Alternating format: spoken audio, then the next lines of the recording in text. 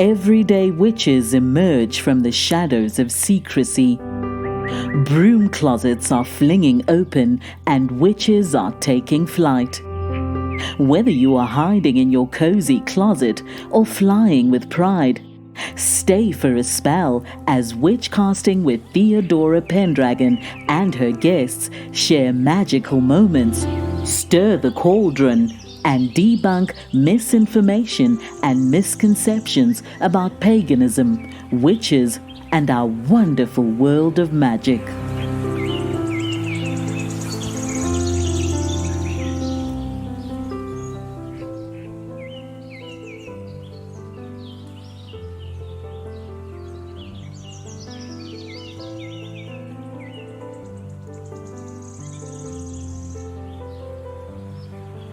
I have a special guest today, and she is Morgain Rhiannon, and she is Lieutenant Colonel in the U.S. Air Force.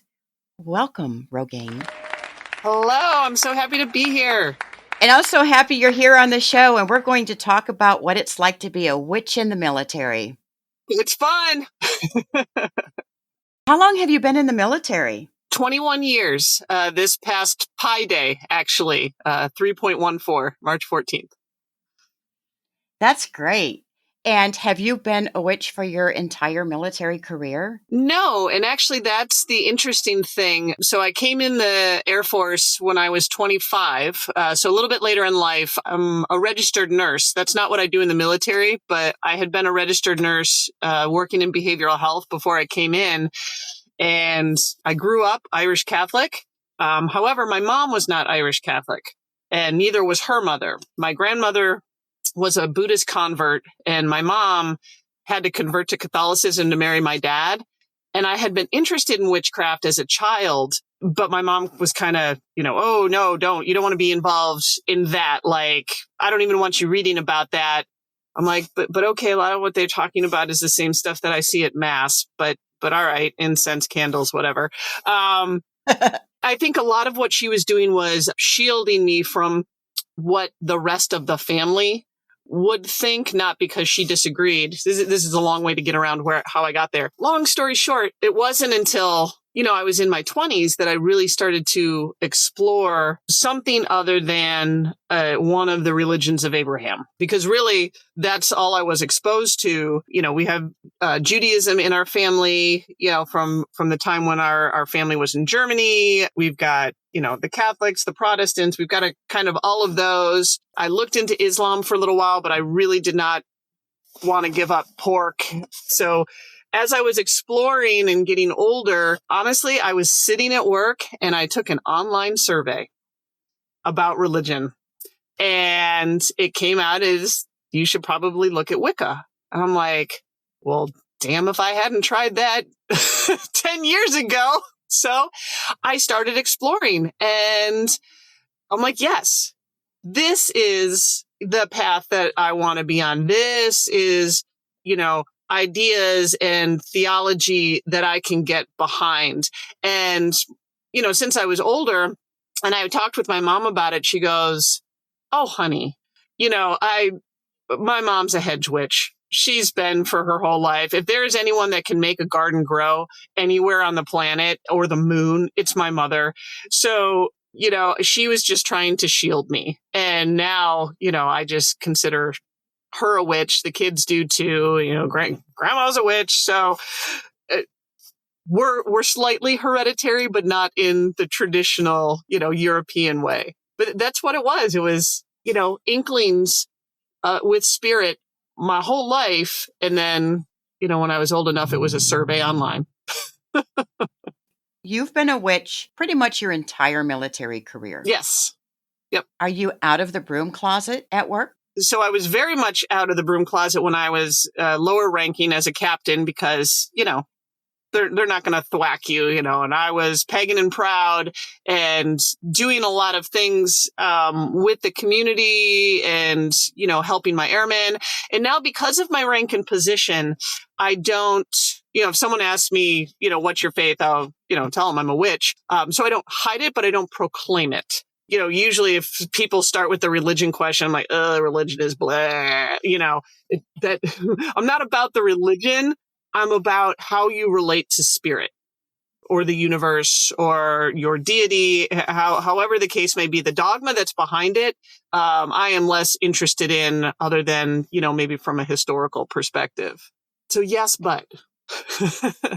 Now, you have been very active in the pagan community. Yes, especially when I was lower ranking. So I was, when I was stationed in the DC area, I was it secretary for the military pagan network. I had started my degree in theology from Sacred Well. That wasn't the path I wanted to go on. I had thought for a while, well, maybe I want to explore being a pagan chaplain, maybe being the first pagan chaplain. And then that just wasn't the right path. You sit with an idea, you do your spell work, and the universe is like, yeah, no. We want you to do something else. Your path is a different way. But I was still able to be involved in promoting the idea of religious freedom. And then I got stationed at the Air Force Academy. I wasn't a student. I was already an officer. And the Colorado Springs community is very dichotomic. They have a huge Christian community because of Focus on the Family and New Life Church and all of that. But there's also, because of the area, a big pagan community. So I was able to, finally link up with some like-minded folks, both in the military and without. And at that time, so that would have been the 2005 to 2008 time frame, was when there was a lot of religious scandal at the Air Force Academy, if anyone remembers that far back. To a simpler time when we were just arguing about religion. Weinstein had a lawsuit against the Air Force Academy because of its overtly Christian theology and such. And so the Academy was really trying, the chaplain corps was really trying to be more inclusive. And it was about that time that I had gotten linked up with Brandon Longcrier, who was, he's retired now, living his best life as a scuba instructor in Maui. But at the time, he was teaching at the Air Force Academy. And I had gone to the chapel to start a pagan group. Being part of the military pagan network, I knew all the things to become a distinct faith group leader. I had already been deaconized by Sacred Well and, had done all the things. So, I checked all the boxes I needed to do to be able to go to the chapel and say, I want to be a lay leader and I want to get recognition for this distinct faith group. And that's how I got linked up with Brandon. Took a little while, and it took some interesting conversations with a few chaplains, but we were able to start the first pagan group for cadets. So I'll relay that interesting conversation because I'm sure many of our listeners have had a conversation like this with an individual. So this chaplain was a 06, so what we call a full bird colonel, about as high as you can go before you can become a general officer. And I'm not kidding you, Theodora. We sat there in his office and he asked us point blank if we dance naked together and if we murder cats. And I said, I'm sorry, what? First off, ew and no. And the fact that you would even think that is grossly inappropriate. Like, I just feel uncomfortable talking to you about thinking about us being naked because that's really weird. And no, there's no animal sacrifice. You want to talk about animal sacrifice, go back to the, Catholics in, 18th century England. Okay, let's not get into sacrificing animals if we want to go Old Testament on it. We can get into Leviticus if you want to, but we're not doing that right here, sir. He was not joking. He was serious. He was dead serious. He was absolutely dead serious. And I'm like, absolutely not. He goes, okay. I'm like, you do have your Air Force chaplain book on religions, right? I know I have it. I've read it. There's nothing about orgies, nakedness, sacrifices in those. And then Brandon and I went on to explain, paganism and witchcraft in particular looks a lot like any other religion. If you go to Catholic Mass and you light a candle, you're saying a prayer, you're casting a spell. It's very similar. In many ways, it's almost the same. You're putting energy out into the universe. We just do it a little bit differently. And so that, calmed him down, dispelled some myths. And so we were able to, move forward with our group just for the base. And then that translated into us being able to have a group for the cadets. So for the cadets, they have something called SPIRE, which is Special Programs in Religious Education. And that is the auspices under which we were able to start our first pagan group, which we called it the Earth-Centered Group, because I was very conscious that pagan doesn't cover everybody. Most Native Americans, I don't think, consider themselves pagan, but their faith is more earth-centered. And because we were trying to avoid a lot of the negative connotations that people often think of with that word pagan, so we're like, you know what, we'll be the earth-centered group. And that way we're not shutting anybody out, because for a while we did get cadets that were just interested in something else, but not necessarily paganism. And some of them just wanted to get closer to nature. They just wanted to be, just not be cooped up in a chapel exploring things. We started out with like 10 to 15 cadets. And then I think we ended up with a solid group of 7. And I'm still in contact with 4 of them. They're all captains, soon to be majors now. It's so cool. As a matter of fact, 2 of them married each other, and I was the officiant at their wedding a number of years ago. Oh, that's awesome. Oh, so awesome. So the way the Air Force Academy is there's the college itself, and then there's the base that supports it. So the conversation we had with that grossly inappropriate chaplain was at the base. The college's head of chaplains was a different person. He was so open to us. He was so understanding and inquisitive and supportive. It was night and day. And when we brought up, I would think it was after the first, maybe even the second year that we had our SPIRE group, we're like, we've been doing this in the basement of the chapel or in one of the classrooms. Like, we really need a space of our own to be able to, for lack of a better term for them, worship with nature in a way that's not a church, basically. We need our own worship space. So this was largely Brandon, and it was just me supporting him, went through the process to get not only the funding, but the approval for what is now called Falcon Circle, which is basically, I think it was only the second. The first official circle was down at basic military training down in Texas. David Ordendorf probably had a big hand in that. So this would have been the second, but it was the first at any of the military academies. And it's up on a hill, just up next to the very famous Air Force Academy chapel. It's a beautiful outdoor space. And it's inclusive, anyone's allowed to go there, but we designed it so that Jewish people could use it for weddings. The way we oriented it was that it could be multi-faith, even though it was largely for the earth-centered cadets. It's just a beautiful site. And we had Chaplain Brandingham was our chaplain champion. He was a big part of getting that to happen. But I go back in the news from that period, and there was negative press when the press got a hold of that. Oh, pagans at the Air Force Academy, witches at the Air Force Academy, harumph, harumph. There was some negative press about it. And after it was commissioned, we had the ribbon cutting and everything. There was some vandalism. There were some cadets that, broke some of the rocks. They put large crosses all over it. That probably happened for the first year afterwards. And then it settled down. And I don't know that there's been any big deal about anything, because it's not a freaking big deal.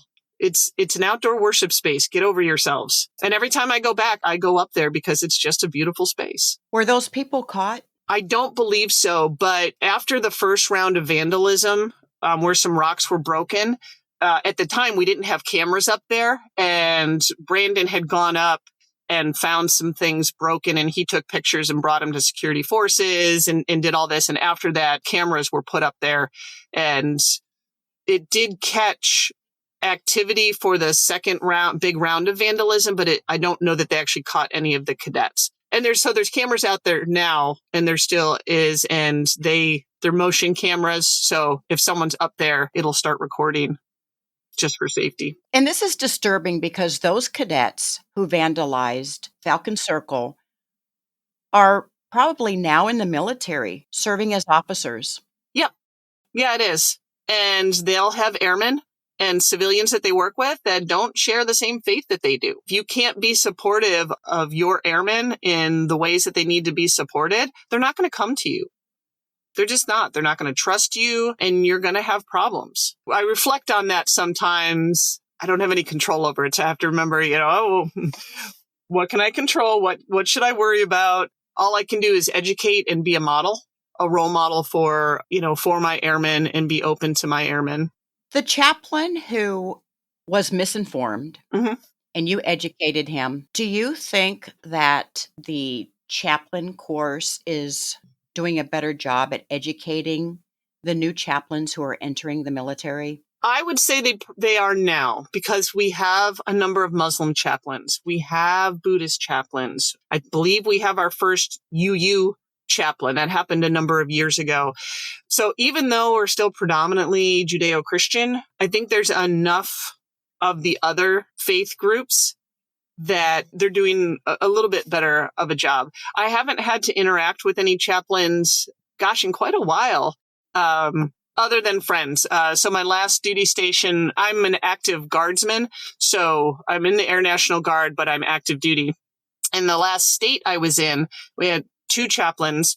The full-time chaplain, who was the fire and brimstone guy that I did not trust and I did not talk to and did not out myself to, because I didn't trust him. He was that type. And then there was the part-time chaplain, who was amazing and like my soul brother. And we had wonderful conversations about how to support our airmen, regardless of faith group, because he's like, that's my job. My job is not to evangelize Christianity. My job is to take care of airmen with their religious needs. And if I can't meet that need, I'll find somebody who can, but I need to be able to listen first. And I'm like, oh my God, I love you. Why aren't you the full-time chaplain?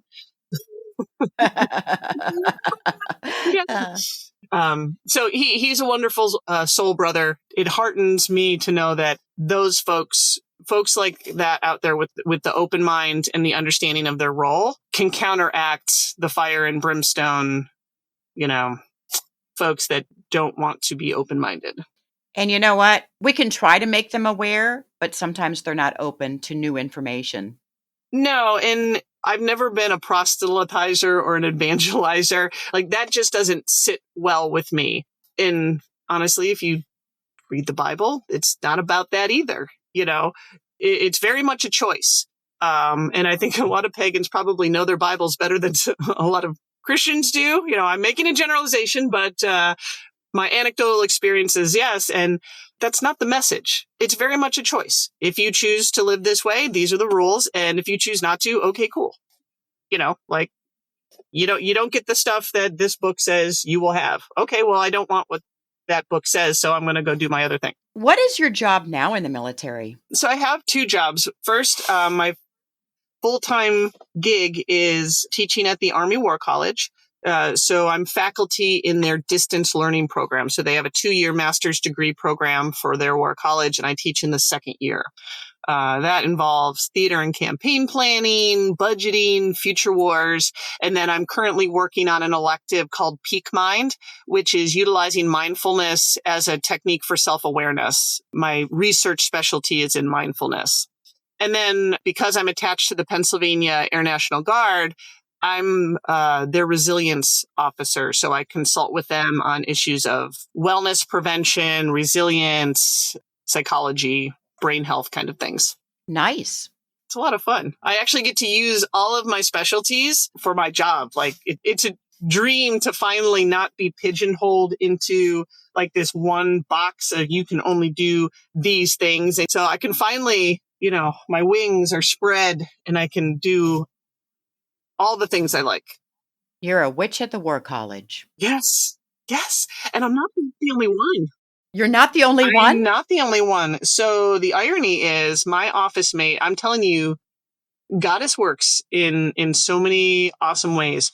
My very first day there, so I am one of the token Air Force people. Mostly it's Army officers because it's the Army War College, but it's a joint, they give credit for joint education. And in order to be quote unquote joint, you have to have Army and Navy faculty and stuff. So I'm one of the token Air Force people. So my boss It was Army '06, and we all wear civilian clothes, which is actually really great because otherwise I'd be walking around saying sir and ma'am all day. And they're like, will you stop it? Just call us by our names. Like, yes, sir. Oh, crap. Walk into the office and my office mate is there and her name is also the same as my first name, my given name. We are both from, we learn, Buffalo, New York. We are both curly redheads. And after talking for a while, we are both witches. And we're like, holy crap, what? Wow. Yes. I'm like, that's awesome. Awesome. Like, we're just checking the box. We're like, okay, what about this? Check. What about this? Check. What about this? Check. Holy crap. Oh my God.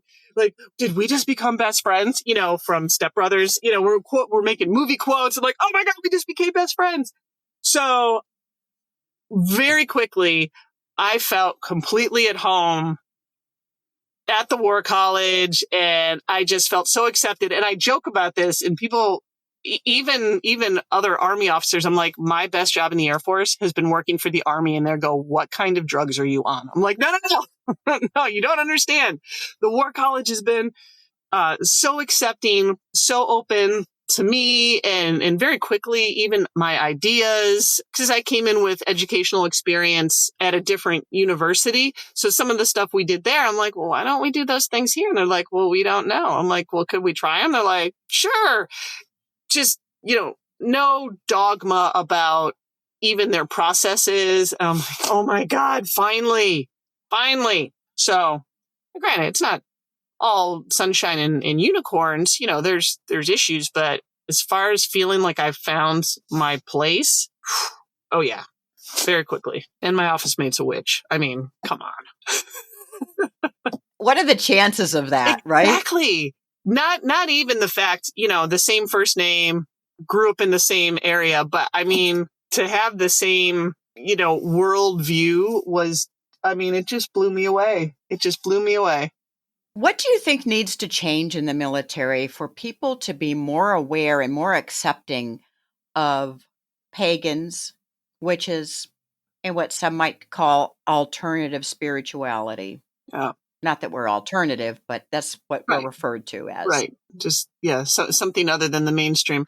I was actually thinking about this a couple weeks ago because my first probably 15 years or so in the military it very much felt like religion was the sword I was going to die on. You know, everyone, you know, figures their cause, you know, what's your cause? I'm like, well, no one else is standing up for the pagans. I'm going to do that. You know, Falcon Circle was a big thing, being a distinct faith group leader at whatever base I could, whether it was Iraq or Germany or, you know, because I did do that in the deployed environment, being a sounding board for pagan airmen kind of all over. Matter of fact, I just did a retirement for an airman who I was never actually stationed with. She and I just became friends through a mutual friend. And she's like, I can't think of anyone else I'd want to do my retirement other than you because of our shared beliefs. And it was a very cool retirement.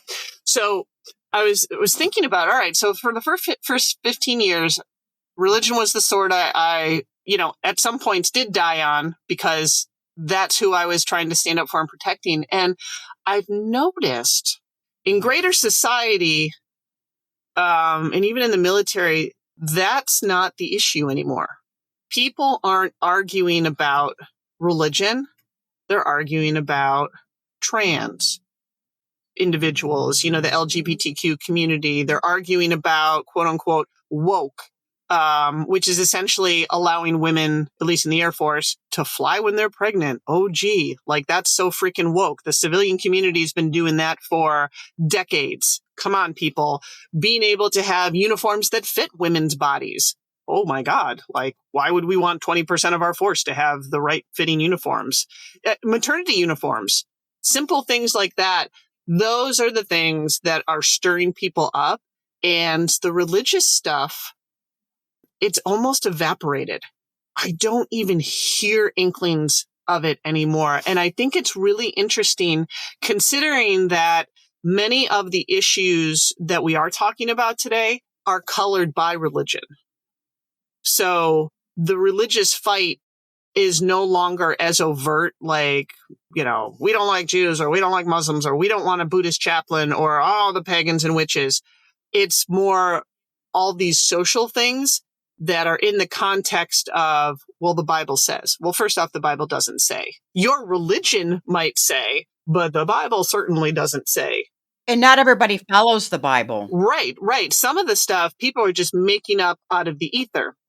Now, there are some specific areas where certain things, like, yep, all right, the Bible does say that. All right, well, you can choose to follow that or not. I mean, people are picking and choosing what they want to follow out of the Bible on a daily basis. So, now it just becomes a religion or an orthodoxy that you choose to follow. Okay, that's fine. You can do that, but don't put it on me. It's this strange undercurrent that no one's talking about religion, but people are using it as a weapon. And it's almost scarier this way, because I've even heard in greater society, less so in the military, more in greater society of, well, my religion's not a part of this decision. I'm like, really? Really, it's not? So this is just you being a complete a-hole then. That's just it. You don't want anything to do with our Constitution, the First Amendment, or anything. You're just being a dick. Okay, I don't believe that. You're lying. This has everything to do with your religion. You just don't want to say it, because then that becomes a whole other thing, with the separation of church and state. So it's been very underhanded, the whole thing. It feels very oogie. And I don't know how to get after it short of supporting my airmen and just being a stand for all of those social issues that are important to our airmen, that are obviously within regulations. Like, you can't have your face tattooed like a cheetah. I'm sorry. Like, if you want to do that, go ahead, but you're not going to be in the military. Whether I agree with you or not, there's still some standards, but there's a lot of things that are not in the standards, or there's a lot of things that our folks want to do that are well within standards, and people are just disagreeing because they want to pick a fight. And I don't understand why we're picking a fight, some of these things. It's very confusing. And it's hard to be grounded and centered around it, because there's just this general sense in some of my friends. We used to be part of a group called the Healing Goddess Network, where we would just get together and meditate and be a stand for beauty in the world. And now we're all distributed out to different places, but we still stay in contact, and they're soul sisters. And every once in a while one of us will call another, and the world is just feeling unsettled. What are you getting? What is spirit telling you? Is this something I need to engage with on a broader level? Do I need to be a stand for this, or do I need to be quiet and let others? It's just, I don't know my place anymore. The first 15 years, I knew my place. Yes, flag, religion, freedom, go. Now it's, oh my God, there's so many issues with the subcurrent of religious context. I just don't know what to fight. Yeah, we don't know the demon to fight anymore, I think is a good way to put it. So it's really unsettling to me personally. So I go back to, and I do this every time I have a bad boss, which I don't have now, but I have had recently. Protect who are in your scope of, in my scope of where my shield barriers can cover. Those are the people I will protect and take a stand for, because that's all I can do right now. So right now I'm kind of in that mode as well. Not because I have a bad boss, but because there's so many places to fight. I feel surrounded, and I'm like, all right, I'm just going to put the shields up, and whoever's in here, we're going to get this together. Who is the typical student at the Army War College? They are lieutenant colonels and colonels, largely Army, but all different branches. And in the distance program, they're largely Guard and Reserve, because the Guard and Reserve typically they don't have the seats available to them to send their officers to the resident portion, which is a 10-month school at the same location. So most of them do the War College in the distance program that I teach in. In this program at the Army War College, do they have any classes on religion? Because these are future high-ranking leaders. They're already high-ranking, Yep. But they will be dealing with people of all faiths. Is there any class or course that is offered at the Army War College to make them aware of all the different religions? There's 2 electives. This is going to be the first year that I'll get a chance to see it because I haven't been at the War College that long. It's like war fighting in the context of religion. So I'm going to be auditing the course, and it's taught by one of the senior chaplains. But the way the synopsis reads to me is looking at war fighting through the lens of religion. So, when we were in Iraq, there was a very specific religious dogma that was involved with those fighters. You go back to the Crusades, different kind of religious dogma involved in that. So I'm actually looking forward to auditing the class to see how he frames religion and warfare. I don't believe it's going to be a class of these are all the different types of religions there are. It's not that, but more how religion is framed in a war-fighting construct. So yes, we do. I don't know exactly what it covers, but I'm going to learn come later on in the spring. The reason I ask is because I have a friend who is stationed at Fort Hood, Texas, who is a colonel. Mhm. And I don't live far from Fort Hood, so I was talking to him recently, and I said, I need to come up to Fort Hood, and maybe we can visit, but I also want to attend the open circle there. He did not know what I was talking about. He was not aware. And he's stationed at Fort Hood. That doesn't surprise me. There isn't a lot of education, and I was a squadron commander previous to moving to Pennsylvania. So in the armies, it'd be like a battalion. I knew about religion simply because of what I had done, distinct faith group leader, engaging with chaplains. I get what it is they do. Most leaders, unless they're very active with the chaplain corps for their own reasons, don't have a lot of situational awareness on what's out there because, as a commander, you're so busy. You just push off anything that is not in your wheelhouse to the experts. So if I didn't know about things and an airman came up to me and said, "Hey, I'm having this religious related issue," I would just refer them to the chaplain. Go to the chaplain, blah, blah, blah. They will know all the things. If I wasn't educated, I, knowing a little bit more, can say, "Hey, are you a Judeo-Christian faith or do you need some other kind of support?" Now, usually the chaplains will know all the answers to that. So a commander doesn't really have to know. Is it great if they do? Sure. It makes them more supportive and more open to their troops. Is it a requirement? Nah, because we have chaplains. And if our chaplains are really doing their jobs, they would be able to be the ones that have that open and broad aperture to get a troop the support they need. Because that's what they're supposed to be doing. So I'm not surprised. And Fort Hood is so stinking big. I am absolutely not surprised that we have that at Fort Hood? Okay. That makes sense. Perhaps they could offer something when they in process. This is what we offer here at Fort Hood, so that they're all aware that it is available. I would say most in processing, and it's been a while since I've had to do this, but back in the day, the chaplains used to be on in processing checklists so that the chaplain could educate you as to what was available either on base or in the local community, or they could ask you, "Hey, do you have a different faith? Here's your distinct faith group leader," and kind of point you in a direction.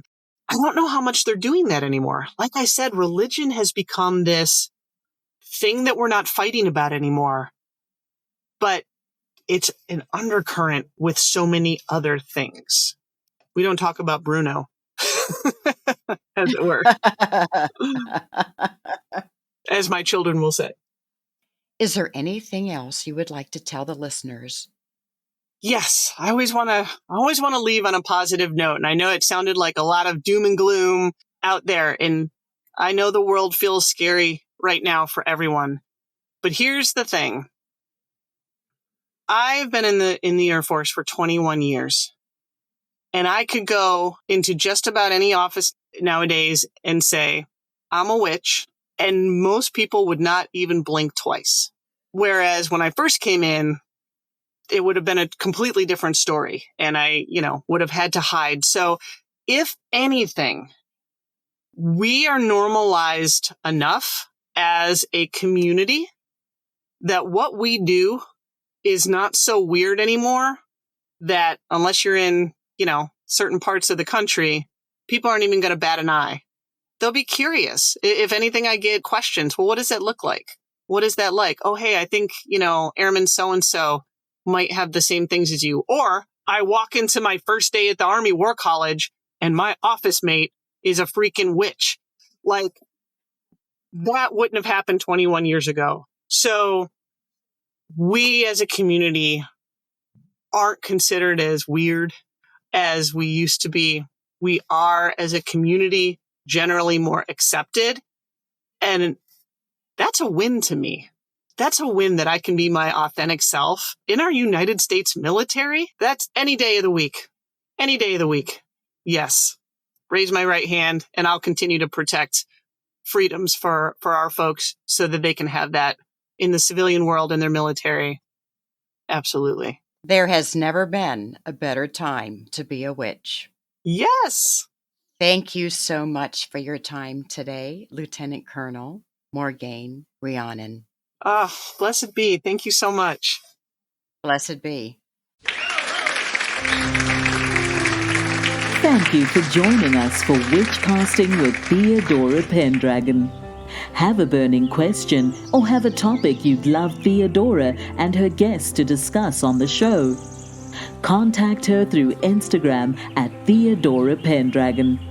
If you enjoyed this episode, make sure to subscribe so you don't miss the next one.